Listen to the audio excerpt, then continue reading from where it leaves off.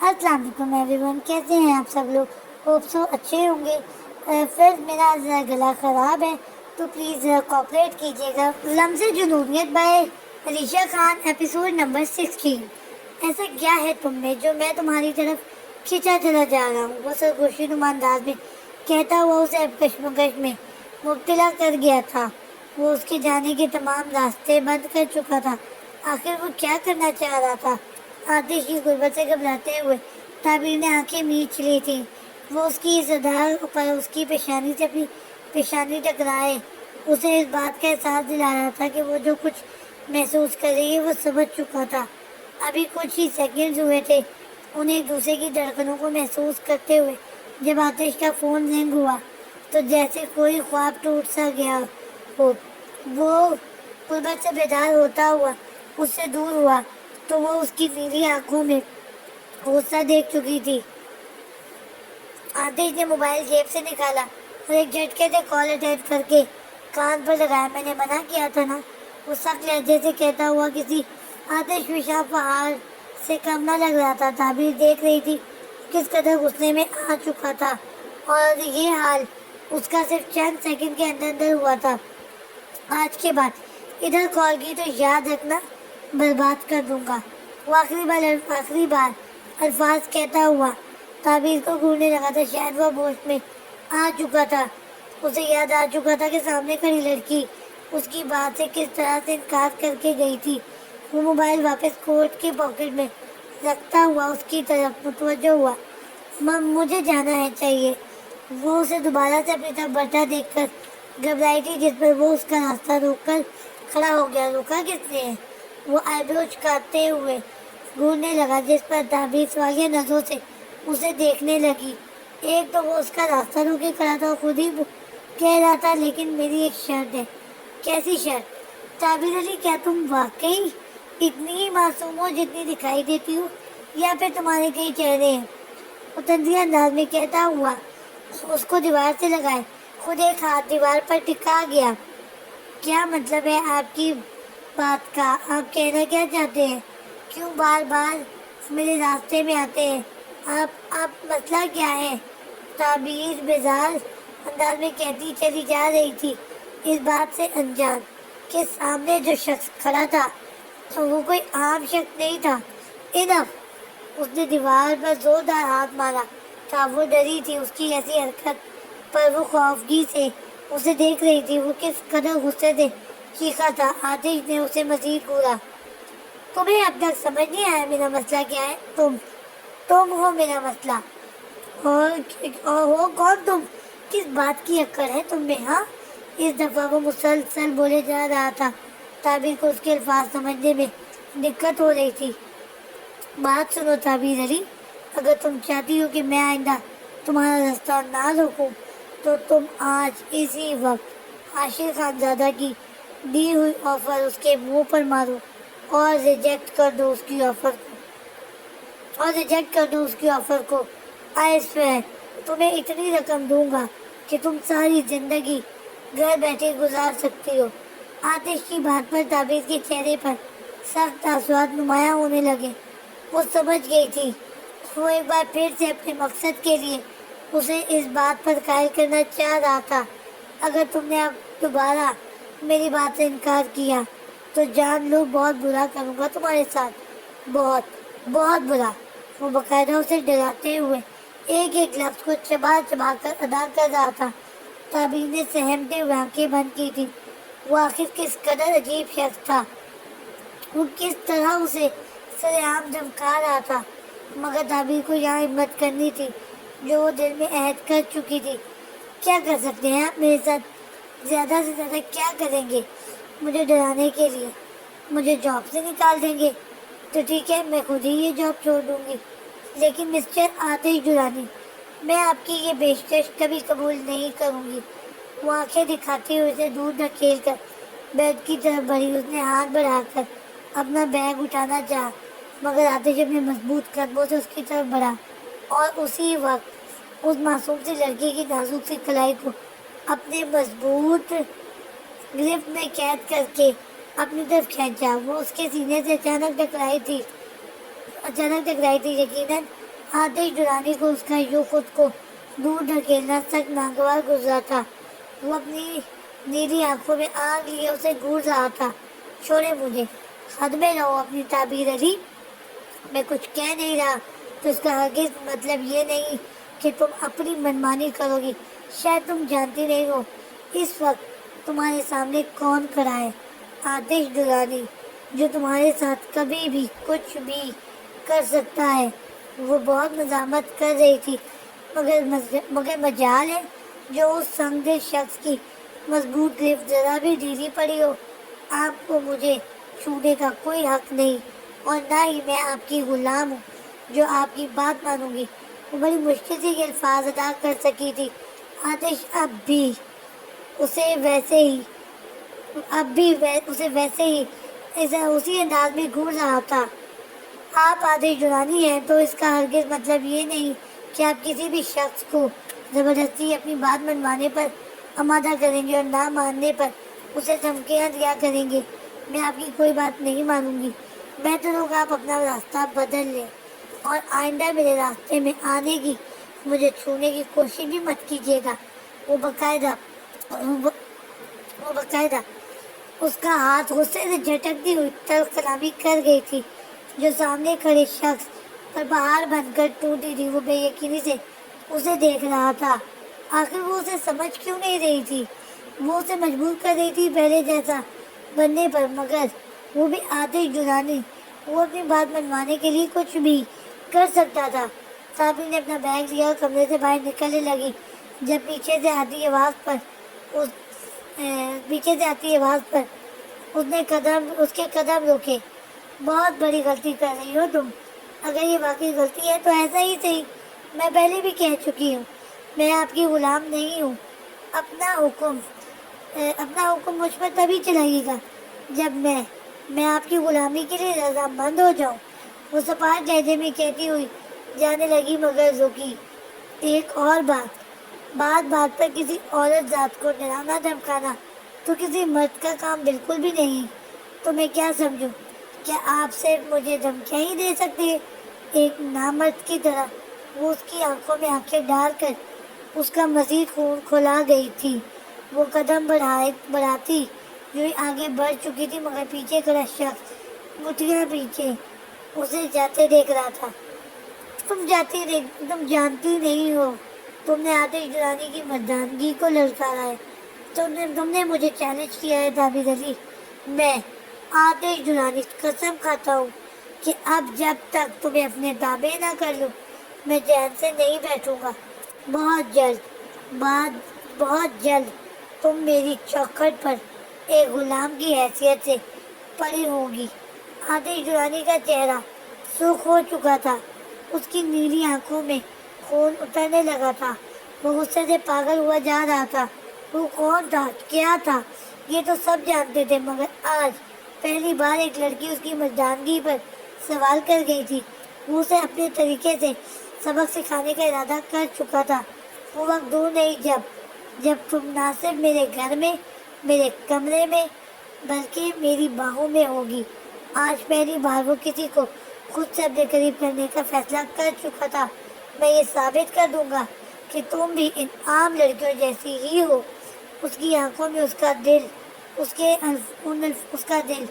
ان الفاظوں کے ساتھ دینے سے قاصر تھے، کیونکہ وہ اس کے دل کو دھڑکا گئی تھی، مگر وہ اپنے جذباتوں کو قابو کرنا اچھے سے جانتا تھا۔ سین چینج، شام کا وقت تھا جب وہ اپنا سر پکڑے اپنے کمرے میں قیدیوں کی طرح بیٹھا ہوا تھا۔ نہ اس نے کچھ کھایا تھا، نہ ہی کمرے سے باہر نکلا تھا۔ افتخار صاحب نے بھی اسے مصروف سمجھ کر کچھ نہیں کہا تھا، مگر وہ موبائل لیے بیٹھا بے یقینی سے کچھ اسکرین تو کچھ کبھی اس کتاب کو دیکھ رہا تھا۔ کیا مطلب ہے اس بات کا؟ کیا یہ کتاب تب دی جاتی ہے جب کسی کو کسی سے محبت ہوتی ہے؟ شاویز گہری سوچوں میں تھا۔ اس کی آنکھوں کے سامنے عظیم کا چہرہ گردش کر رہا تھا۔ اس نے مجھے یہ بک واپس کیوں دی؟ صرف اس لیے کہ میں اس کا مطلب نہیں جانتا، یا پھر اس لیے کہ مجھے اس سے محبت نہیں؟ شاویز نے اس بک کو کھول کر پہلا صفحہ پڑھا۔ وہ جیسے جیسے پڑھتا جا رہا تھا اس کے دل میں ایک الگ ہی احساس بیدار ہو رہا تھا، جیسے وہ کچھ محسوس کر رہا ہو، کوئی ایسا احساس کوئی ایسا احساس جو اس کے دل میں آسمانوں میں پر اترنے کی تمنا جگا رہا ہو، تو کیا وہ صرف اس لیے ضروری تھی کہ کوئی اس سے دوستی نہیں کرتا، یا وہ میرے لیے ضروری تھی؟ کیا میں نے واقعی دکھ پہنچایا تھا؟ کیا یہ صرف دوستی میں ہوتا ہے، یا اسے مجھ سے پیار ہے؟ وہ انتہائی نرمی سے خود کلامی کر رہا تھا جب اس کی نظر ایک لائن پر گئی: you don't love someone for their looks اور دیئر کلوتھس اور فار دیئر فینسی کار۔ وہ سوچنے لگا تھا کہ واقعی وہ کچھ بھی نہیں تھا۔ اگر حریم اس سے صرف دوستی بھی رکھنا چاہتی تھی تو نہ صرف وہ کوئی امیر زادہ تھا، نہ ہی وہ کوئی حسین تھا، نہ وہ اسٹائلش تھا، نہ وہ مہنگے کپڑے پہنتا تھا، وہ تو ایک عام سا لڑکا تھا۔ تو کیا حریم واقعی بنا کسی غرض کے اس سے دوستی رکھنا چاہتی تھی؟ Love is a strange thing, it can make the weakest person strong and the strongest person weak. وہ ایک ٹھنڈی سانس فضا کی نظر کر کے کتاب بند کر گیا۔ اس نے سوچ لیا تھا پہلے وہ یہ کتاب پوری پڑھے گا، اور جب تک وہ پوشیدہ حقیقت نہ جان لے وہ حریم کی طرف قدم نہیں بڑھائے گا۔ سین چینج۔ زریز تم نے کبھی بتایا نہیں کہ تم یہاں اکیلے کیوں رہتے ہو؟ وہ دونوں اس وقت ایک گھنے درخت کی چھاؤں میں بیٹھے ہوئے باتیں کر رہے تھے۔ جب باتوں باتوں میں آئزل نے زریز سے سوال کیا تو وہ یکدم خاموش سا ہو گیا۔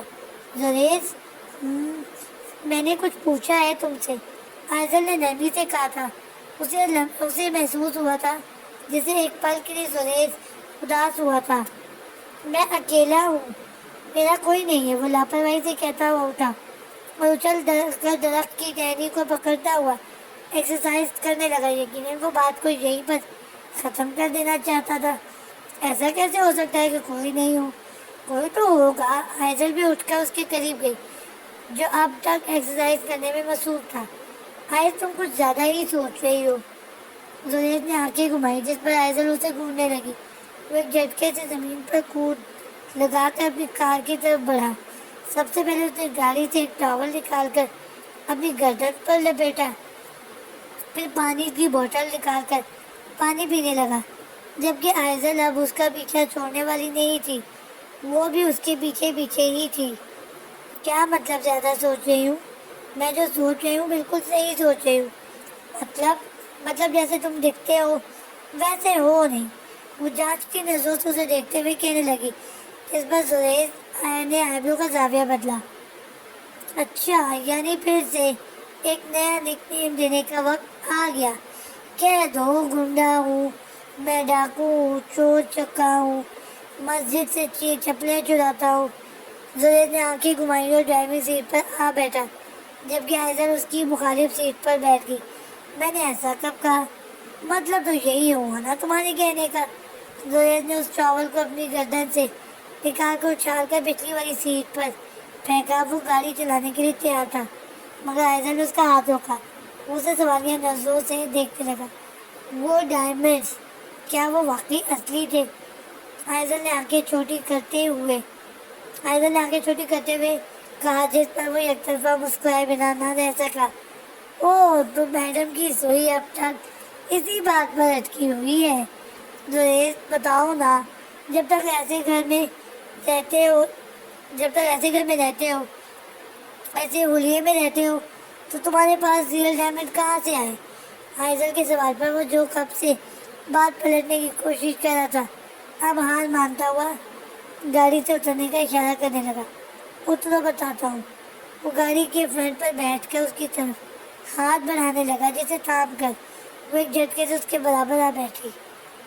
دیکھو، میری بھی ایک فیملی تھی، بٹ میرا مزاج ان سے بالکل مختلف تھا۔ انہیں میری حرکتیں برداشت کرنے میں بالکل مشکل درپیش آتی تھی، تو بس میں نے انہیں چھوڑ دیا اور یہاں چلایا۔ زریز نے لاپرواہی سے ہاتھ ہلاتے ہوئے بتایا، جس پر آئزل آئیبرو اچکانے لگی، اور وہ ڈائمنڈ اس کی بات پر ایک بار پھر سے وہ کالی آنکھوں والا شہزادہ یک طرفہ مسکرانے لگا۔ ہاں میڈم، وہ ڈائمنڈ بالکل اصلی ہے اور وہ میرے اپنے ہیں۔ تو تم کوئی کام وغیرہ نہیں کرتے؟ تمہاری فیملی تمہیں سپورٹ تو کرتی ہوگی، کام وغیرہ کچھ بھی نہیں، بس جب تک دادا جی کی دی ہوئی دولت میرے پاس ہے تب تک گرینڈ فادر کے کیش پر ایش۔ وہ ایک آنکھ مارتا ہوا مسکرانے پر مجبور کر گیا۔ تو تم ایسے گھر میں کیوں رہ رہے ہو؟ میرا مطلب بتایا تو ہے تمہیں کہ میرا مزاج ان سب سے مختلف تھا۔ آئزل نے اس بات میں صحیح رہا، میں بچپن سے ہی ایسا ہوں، مطلب مجھے پسند ہے ایسے فرنیچر ہولیے میں رہنا، کار کے بونٹ پر بیٹھ کر کھانا کھانا، الٹے سیدھے کپڑے پہننا، عجیب و غریب جگہوں پر رہنا، بس یہی وجہ ہے جو میں انہیں چھوڑا ہے۔ آئزل کی نظر اس کے ہاتھ پر گئی تھی جہاں ایک ہتھیلی پر رومال بندھا ہوا تھا، جبکہ دوسرے ہاتھ کی بیچ والی انگلی پر ٹیپ لگا ہوا تھا۔ انہیں میرے ساتھ رہنا، کھانا پینا، اٹھنا بیٹھنا، ان سب میں انہیں شرم محسوس ہوتی تھی، مطلب ان کا سٹینڈرڈ ہائی ہے، ان کا اٹھنا بیٹھنا اپنے جیسے لوگوں میں ہے، اور میرے بچپن ہی سے سارے دوست حرامی ٹائپ تھے اور مجھے ایسے عجیب و غریب لوگوں میں بیٹھنا پسند ہے۔ زریز کی باتیں سن کر اسے واقعی اس بات کا یقین ہو چکا تھا کہ زریز سب سے الگ ہے، شاید اس جیسا کوئی بھی نہیں، کہیں بھی نہیں ہو سکتا۔ تو تمہارے ڈیڈ نے تمہیں روکا نہیں؟ میرا مطلب جب تک تم گھر چھوڑ کر یہاں آ گئے تو کیا وہ بھی یہیں رہتے ہیں؟ آئزل بڑی دلچسپی سے اس کے جواب کی منتظر تھی۔ ڈیڈ دی جو ہے والد ہمارے، وہ بچپن ہی سے مجھ سے پریشان رہتے تھے، ان کی اور میری کبھی بھی نہیں بنی۔ یہ جتنا وقت بھی میں نے اپنے گھر میں گزارا ہے یہ میرے گرینڈ فادر کی وجہ سے ممکن ہوا، ورنہ مجھے نہیں لگتا میرے پیدا ہونے کے بعد سے میرے ڈیڈ ایک بار بھی مجھے گھر میں گھسنے دینے والے تھے۔ اپنے مڈل فنگر سے اس نے اپنے لبوں کو کھجایا۔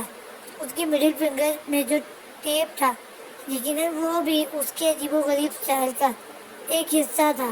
اوہ، تو مطلب تم دادا کے لاڈلے ہو؟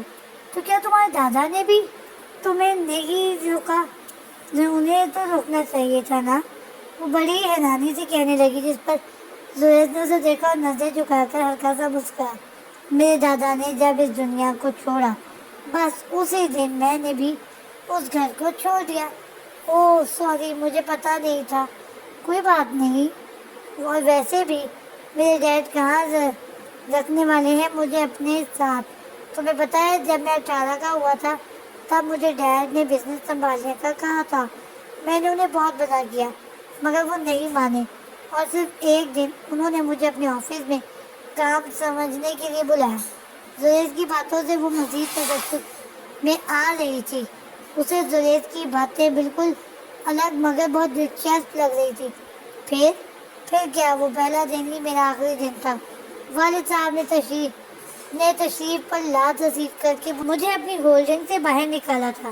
جس انداز میں زریز نے اپنی بات مکمل کی تھی آئزل کہہ کر لگائے بنا نہ رہ سکی۔ کیا واقعی؟ مگر تم نے ایسا بھی کیا تھا؟ جب وہ ہنس کر تھک گئی تب پوچھنے لگی، جس میں زریز سر کو جانے لگا۔ کچھ خاص نہیں، بس انہوں نے اپنا لیپ ٹاپ دیا تھا پیپر تیار کرنے، مگر میں اس میں انگلش مووی دیکھنے بیٹھ گیا، بس اتنی سی بات۔ اس نے ایک اور بار اپنی ہنسی دبائی۔ وہ ایکچولی میں نے ان کے آفس کے تمام امپلائیز کو ایک گروپ ہے جہاں شاید کام کے حوالے سے کوئی چیٹ ویٹ کی جاتی ہوگی۔ مجھے اس مووی کا دوسرا پارٹ نہیں مل رہا تھا تو میں نے ان کے امپلائیز کے گروپ میں اس مووی کا لنک شیئر کر دیا اور کہا کچھ بھی کر کے مجھے اس کا پارٹ 2 ڈھونڈ کر دو، صرف 5 منٹ کے اندر، ورنہ تم سب کی نوکری گئی۔ آئزل بڑی حیرانی سے اسے دیکھ رہی تھی۔ کیا؟ پھر کیا ہونا تھا؟ پورے آفس میں شور مچ گیا، ہر طرف اپنا تفریح مچ گئی، ایک عجیب سا ہنگامہ برپا ہو گیا۔ پورا اسٹاف تمام کام چھوڑ کر اس مووی کا سیکنڈ پارٹ ڈھونڈنے لگ گیا، اور میں اندر آرام سے بیٹھا بریانی سے انصاف کر رہا تھا۔ زریز کی باتوں پر آئزل کا دل کر رہا تھا وہ ہنس کر پاگل ہو جائے، اور وہ ہنسی بھی تھی جبکہ زریز کا چہرہ ہر قسم کے تاثرات سے پاک تھا۔ تو اس لیے تمہیں تمہارے ڈیڈ نے آفس سے بے دخل کر دیا.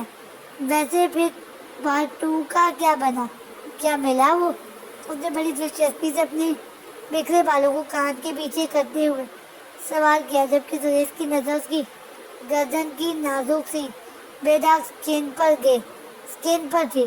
کہاں سے ملے گا جب اس کا پارٹ 2 ابھی ریلیز ہی نہیں ہوا تھا، اور انہوں نے صرف تشریف پر گستاخی کر کے مجھے نہ صرف آفس سے باہر نکالا بلکہ سارے اسٹاف کے سامنے سیکیورٹی سے کہا کہ اگر یہ بندہ یہاں آس پاس بھی نظر آیا تو اسے پکڑوا کر تھانے میں ڈلوا دینا. وہ اپنی بات مکمل کر رہا تھا مگر اب تک اس کی نظریں کہیں اور ہی تھی. اس بات سے بے خبر وہ سامنے بیٹھی لڑکی مسلسل ہنسی جا رہی تھی. ویسے ماننا پڑے گا تم واقعی بہت کمال ہو، اور مجھے اپنے جیسے عجیب و غریب لوگ بہت پسند ہے. جیسے تم آئزل نے بے دھیانی میں اس کی بازو کو پکڑا تھا، وہ اس کے ساتھ لگی ان تک ہنسنے میں مصروف تھی، جبکہ زریز اس کی قربت سے بہکا تھا. وہ الگ ہی نظروں سے اسے دیکھے جا رہا تھا. وہ جو محسوس کر رہا تھا، کیا واقعی اسے اس بات کا اظہار کر دینا چاہیے تھا؟ سین چینج. دراصل مجھے آپ سے یہ کہنا تھا کہ میں یہاں جس کام کے لیے آئی ہوں میں چاہتی ہوں وہ جلد از جلد مکمل ہو جائے. میں مزید یہاں نہیں رکنا چاہتی. آج عاشق صاحبزادہ نے انہیں ڈنر پر انوائٹ کیا تھا کیونکہ آج اس کا پاؤں بالکل ٹھیک ہو چکا تھا. انہیں ایک دن بعد سے شوٹنگ سٹارٹ کرنی تھی. رائٹ. میں تعبیر مگر کیا پوچھ سکتا ہوں کہ آپ کو یہاں رہنے میں کوئی پرابلم ہے؟ عاشق نے بائٹ لیتے ہوئے کہا، جس پر تعبیر نظریں جھکا گئی، جبکہ رائمہ کو وہ صبح سے بہت زیادہ ڈسٹرب دکھائی دے رہی تھی. دراصل میرے بابا جان کی طبیعت بالکل ٹھیک نہیں ہے. مجھے واپس اپنے سٹی جانا ہوگا اور میں چاہتی ہوں یہ سب کل ہی پورا ہو جائے. رائمہ کو ٹھسکا لگا تھا اس کی بات پر، جس پر ہنی نے پانی کا گلاس آگے بڑھایا تھا. رائمہ سوالیہ نظروں سے دیکھ رہی تھی. آخر ایسا تو کچھ بھی نہ تھا جیسا وہ بتا رہی تھی. تو کیا وہ جھوٹ کہہ رہی تھی؟ وہ اللہ پاک آپ کے بابا کو جلد شفا یاب کرے. اینڈ ویسے بھی میں نے یہی کہنے کے لیے آپ کو یہاں انوائٹ کیا تھا کہ میں بالکل ٹھیک ہو چکا ہوں. تو یہ ٹیٹو کا کام مکمل کر لیا جائے تاکہ میری شوٹنگ اب مزید ڈیلے نہ ہو. عاشق کی بات کرنے کی ادا پر رائمہ پاگلوں کی طرح مسکراتے ہوئے اسے دیکھتی جا رہی تھی. جی بہتر، تو کل ہم یہ کام مکمل کر لیں گے اور شام کو واپسی کے لیے نکل جائیں گے. ٹھیک ہے نا ہنی؟ جی ہاں تعبیر. ہنی جو کب سے عاشق میں گم ہو چکی تھی تعبیر کی بات پر ہوش میں آئی. ان لوگوں نے ڈنر کیا اور واپس سامنے والے اپارٹمنٹ پر آ گئی. تمہارا دماغ تو نہیں خراب؟ اتنا بڑا اسٹار جس نے ہمیں ڈنر پہ بلایا، جس سے ملنے کے لیے، جس کی ایک جھلک دیکھنے کے لیے لوگ ترستے ہیں، اس نے آج ہمارے ساتھ بیٹھ کر کھانا کھایا. تم اس کے سامنے اپنا حکم سنا رہی تھی، وہ بھی جھوٹ کی بنیاد پر. وہ جیسے ہی کمرے میں آئی رائمہ اس کے سر پر سوار اسے باتیں سنانے لگی. تعبیر خاموشی سے اپنی جگہ پر جا بیٹھی، جبکہ رائمہ اب اس کے سامنے آ بیٹھی تھی. بتاؤ تم نے جھوٹ کیوں کہا؟ میں نے کب کہا ہے جھوٹ؟ کیا بابا کی طبیعت اکثر خراب نہیں رہتی؟ تعبیر نے نظر چڑھائی، جس پر رائمہ مزید اس کے قریب آئی. بس کر دو تعبیر، ابھی تو خراب نہیں تھی نا. اور ویسے بھی تمہیں بہت شوق ہے یہ گولڈن چانس گنوانے کا. رائمہ بات کو سمجھو، ہم مزید یہاں نہیں رک سکتے. مگر کیوں؟ رائمہ نے بیچارگی والا منہ بنایا، جس پر تعبیر نے اسے سب سچ بتانے کا فیصلہ کیا.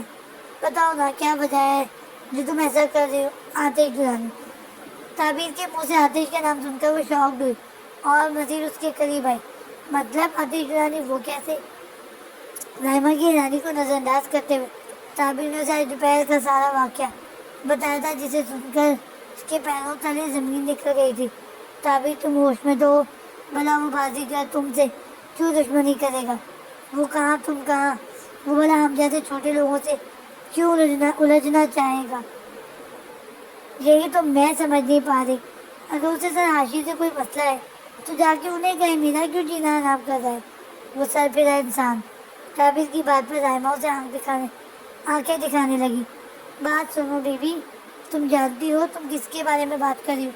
جانتی ہو؟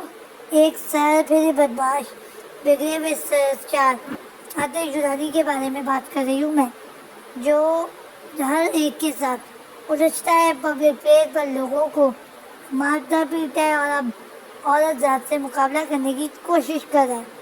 تعبیر نے ایک ایک الفاظ کو چبا کر ادا کیا تھا، جس پر رحمہ نے بے یقینی سے اسے گونجنے لگی، بات سن سینوریٹا، مانا وہ غصے کا تیز ہے اور پبلک پلیس پر سر عام لوگوں سے اپنا بدلہ لے لیتا ہے، لیکن اس کا ہرگز یہ مطلب نہیں ہے کہ وہ برا ہے۔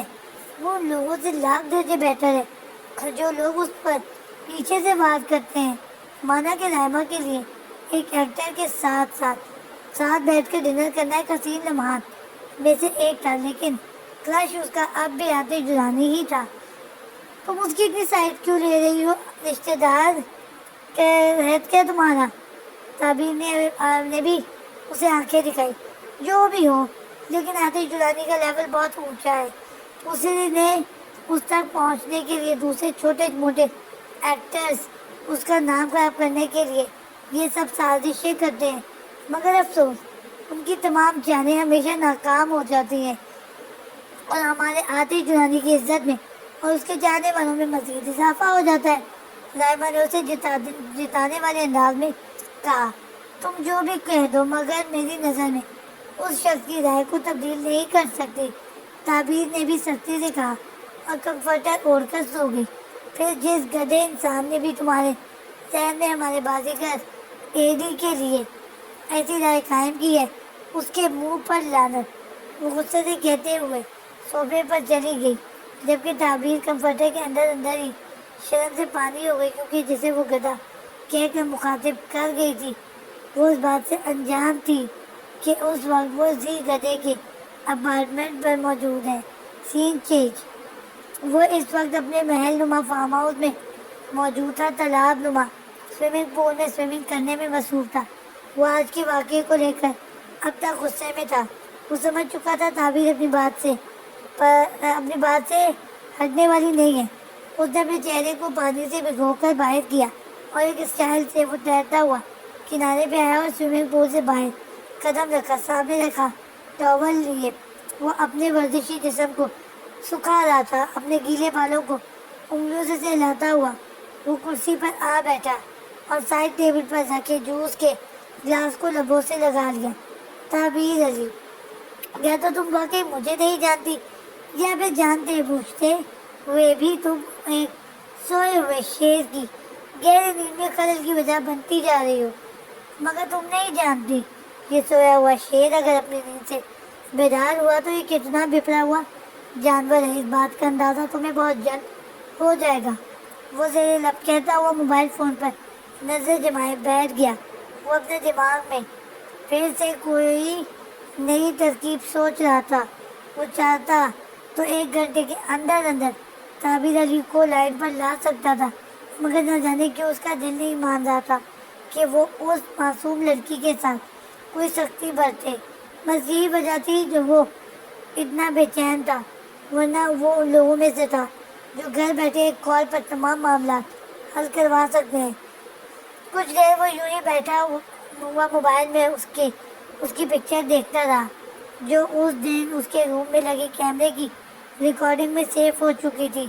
پھر اس کے دماغ میں کچھ سوجا، کچھ ایسا جس سے اس کے لبوں پر عجیب سی مسکراہٹ نمودار ہوئی۔ اس نے جلدی سے بازل کے نمبر کو ڈائل کیا۔ مجھے اس لڑکی کی ایک ایک پل کی خبر چاہیے، کب، کس وقت، کس طرح، کس کے ساتھ، وہ کہاں جا رہی ہے، کیا کر رہی ہے، سب کچھ جاننا ہے مجھے۔ اپنی بات مکمل کر کے وہ فون بند کر چکا تھا، مگر اب اس کی نیلی آنکھوں میں خون کے بجائے چمک دکھائی دے رہی تھی۔ یقیناً ایک بار پھر وہ اس سے ملنے کا ارادہ رکھتا تھا۔ جاری ہے۔